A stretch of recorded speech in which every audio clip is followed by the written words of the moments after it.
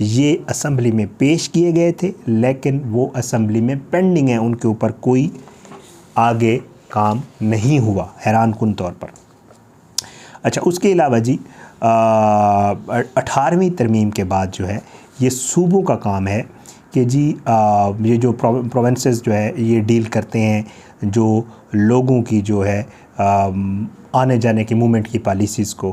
مری میں یہ سامنے آیا ہے کہ 260 ہوٹلز ہیں لیکن ان میں سے چند ہوٹلز ہیں جو رجسٹرڈ ہیں، باقی نان رجسٹرڈ ہے، کوئی پتہ نہیں ہے کون سے ہوٹلز ہیں، اور کوئی اتھارٹی بھی موجود نہیں ہے جو ریگولیٹ کر سکے۔ اچھا، کامران علی افضل جو ہے چیف سیکرٹری صاحب، انہوں نے کل دورہ کیا تھا مری کا اور ٹریفک جیمز اور ان سارے معاملات کو انہوں نے دیکھا تھا۔ اچھا، اب جو ہے یہ کیس بھی رجسٹرڈ ہو گیا اور یہ جو ہوٹلز والا معاملہ ہے یہ بھی سامنے آ گیا۔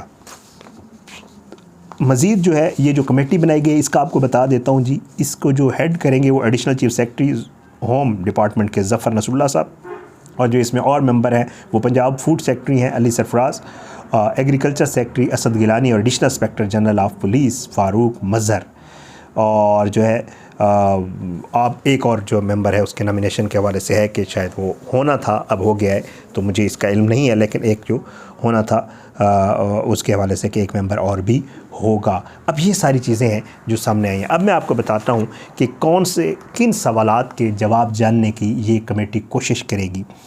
کمیٹی یہ تحقیقات کرے گی کہ ضلعی انتظامیہ اور پولیس سمیت مختلف محکموں نے محکمہ موسمیات کی جانب سے خراب موسم کی پیشگوئی کے باوجود کوئی مشترکہ ایکشن پلان بنایا تھا یا نہیں۔ پہلا نقطہ یہ، کمیٹی اس بات پر بھی تحقیقات کرے گی کہ جب مری میں گاڑیاں گنجائش سے زیادہ ہو رہی تھیں، یہ وہ والی بات ہے جو آپ میں سے اور ہم میں سے بہت سارے لوگ کر رہے ہیں، تو گلیات اور اسلام آباد سے انٹری پوائنٹس پر سیاحوں کو کیوں نہیں روکا گیا۔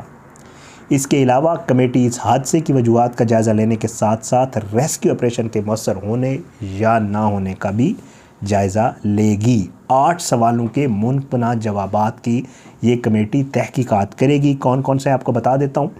محکمہ موسمیات نے مری کے حوالے سے کئی وارننگز جاری کی، اس کے باوجود کیا متعلقہ محکموں نے جوائنٹ ایکشن پلان ترتیب دیا تھا؟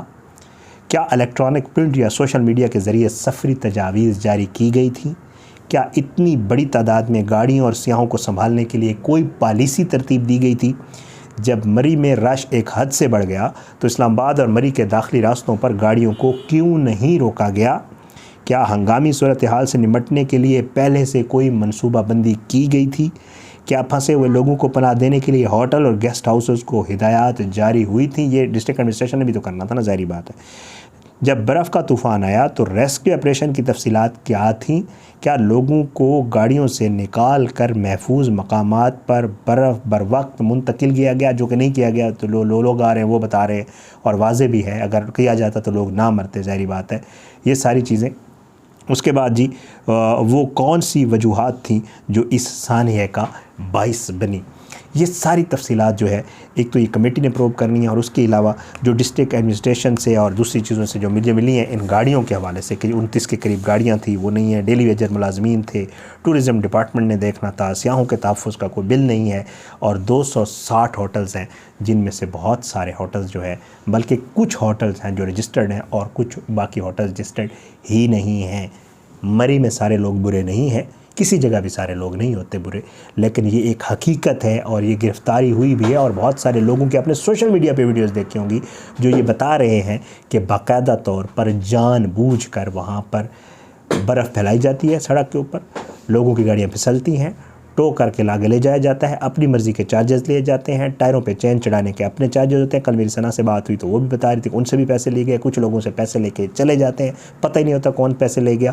اوور چارجنگ ہوتی ہے، کوئی چیک کرنے والا نہیں ہے، ہوٹلوں میں زیادہ پیسے لیے جاتے ہیں، گندے ہوٹل، گندے بیڈز، گندے کمروں، گندے واش رومز کے ساتھ ہوٹل پہ اوور چارج کیا جاتا ہے، اور جب دیکھا جاتا ہے، میں پڑھ رہا تھا، مجھے بھی آپ کو بھی رونا آئے گا، باقی میں ایک انٹرویو دیکھ رہا تھا ایک خاتون کا کہ وہ بتا رہی تھی کہ ہم نے اپنی بالیاں اتار کے دیں ہوٹل والوں کو، اور یہ اتنے بے حس لوگ تھے کہ انہوں نے پھر بھی ہوٹل کے چارجز جو ہے وہ کم کرنے سے، اور جب پھر یہ افسانہ ہو گیا اور پھر جب سوشل میڈیا پہ چیزیں چل پڑی اور جب سب کچھ ہو گیا تو پھر سب سامنے آ کر کہ جی ہم ہیلپ کرنے کے لیے تیار ہیں اور فری ہوٹلز دیں گے اور سارا کچھ ہوگا، لیکن اس سے پہلے کچھ بھی نہیں تھا، وہی ہو رہا تھا جو ہوتا ہے، سب کچھ مہنگا تھا، کچھ اویلیبل نہیں تھا اور لوٹا جا رہا تھا لوگوں کے ساتھ اور زیادتی کی جا رہی تھی۔ آج کی اس ویڈیو سے اتنی، آنے والی کسی ویڈیو تک میں اجازت دیں، اپنا بہت خیال رکھیے گا۔ اللہ پاکستان کامیاب ناصر ہو، اللہ پاکستان کو ایسے سانحات اور آفات سے بچائے۔ پاکستان زندہ باد، اللہ حافظ۔